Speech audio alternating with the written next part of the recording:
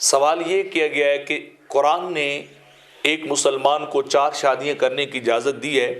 لیکن آقا علیہ الصلوۃ والسلام نے حضرت علی کو ابو جہل کی بیٹی سے دوسرا نکاح کرنے سے منع کر دیا تھا، تو یہ کیا حضرت علی پہ ظلم ہوا ہے، زیادتی ہوئی ہے؟ مولدین اس بات کو بہت زیادہ اچھال رہے ہیں کہ محمد صلی اللہ علیہ وسلم نے نعوذ باللہ ناانصافی کی اور اپنے اسٹیٹس کو استعمال کرتے ہوئے ان کے اوپر ظلم کیا تھا۔ تو اس کا جواب یہ ہے کہ آقا علیہ الصلوۃ والسلام نے حضرت علی کو جبرن نہیں روکا تھا، بلکہ اگر اسی حدیث کو آگے پڑھا جائے تو اسی کے اندر آپ نے جواب بھی ارشاد فرمایا کہ میں کسی حلال چیز کو حرام نہیں کرتا اور نہ میں کسی حرام چیز کو حلال کرتا ہوں، لیکن میری اپنی بات یہ ہے کہ میں علی کو یہ اجازت نہیں دے سکتا کہ وہ اپنے نکاح میں ایک اللہ کے رسول کی بیٹی کو بھی رکھیں اور ایک اللہ کے دشمن کی بیٹی کو بھی رکھیں، تو لہٰذا یہ 2 رشتے کبھی بھی جمع نہیں ہو سکتے۔ اس پس منظر میں آقا علیہ الصلوۃ والسلام نے حضرت علی کو اس بات سے منع کیا تھا، لیکن یہ نہیں کہا تھا کہ یہ نکاح تمہارا حرام ہو جائے گا،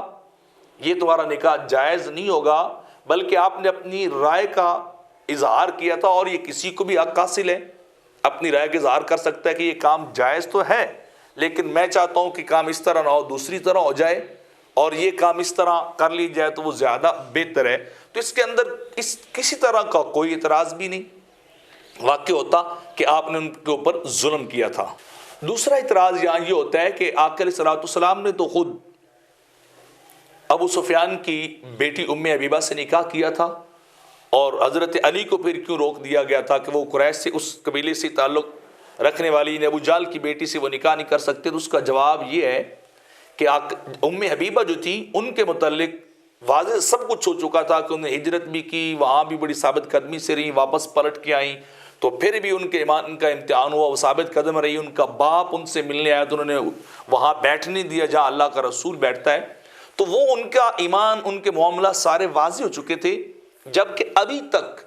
جو ابو جہل کی بیٹی تھی، یہ نئی اسلام لائی تھی، جویریہ جورہ اس کا نام کہا جاتا ہے، تو اس کے بارے میں ابھی تک وہ کنفرمیشن نہیں تھی، کنفرم نہیں ہوا تھا کہ پتہ نہیں ان کی کیفیت کیا ہے، ان کے ایمان کا لیول کیا ہے، وہ پتہ نہیں کس وجہ سے ایمان لے کے آئے، انہوں نے ابھی تک اس طریقے سے وہ گزرے نہیں تھے، تو اس لیے آقا علیہ الصلوۃ والسلام نے وہاں حضرت علی کو منع کر دیا کہ تم ان سے نکاح نہیں کرو، اور اپنا نکاح آقا علیہ الصلوۃ والسلام نے ان سے فرمایا تھا۔ اور اگلی بات یہ ہے کہ آقا علیہ الصلوۃ والسلام نے فرمایا کہ فاطمہ میری جگر کا ٹکڑا ہے، جس نے اسے تکلیف دی اس نے مجھے تکلیف دی، تو اگر سوتن کے آنے کی وجہ سے حضرت فاطمہ رضی اللہ تعالی عنہا کو کوئی تکلیف ہوتی تو آقا علیہ الصلوۃ والسلام کو تکلیف محسوس ہوتی، کیونکہ آپ باپ تھے، تو آپ کوئی تکلیف اللہ نے کبھی معاف نہیں کرنی تھی، اور حضرت علی کا نقصان ہونا تھا، اور حضرت علی کے نقصان سے بچانے کے لیے چونکہ بذریعہ وحی آقا علیہ الصلوۃ والسلام کو یہ بتا دیا گیا تھا کہ یہ نکاح الاؤ نہیں ہے، یہ نہیں ہو سکتا، اگر ہوا تو اس کا یہ نتیجہ نکلے گا کہ آپ کو تکلیف ہوگی، جب ان کا رجحان یا آنا جانا ادھر ہوا تو پھر حضرت علی کو نقصان ہوگا، اللہ ناراض ہوگا، اللہ کا رسول ناراض ہوگا، تو حضرت علی رضی اللہ تعالیٰ عنہ کو آقا علیہ الصلوۃ والسلام نے اس امتحان سے نکالا، بچایا، اور نقصان سے بچا کے ان کا فائدہ کیا، نہ کہ ان کے اوپر ظلم اور جبر کیا تھا۔ علمی اور مسائل شریعہ پر مشتمل ویڈیوز اور خطابات حاصل کرنے کے لیے ہمارے چینل پرو مظہر فرید کو سبسکرائب کریں۔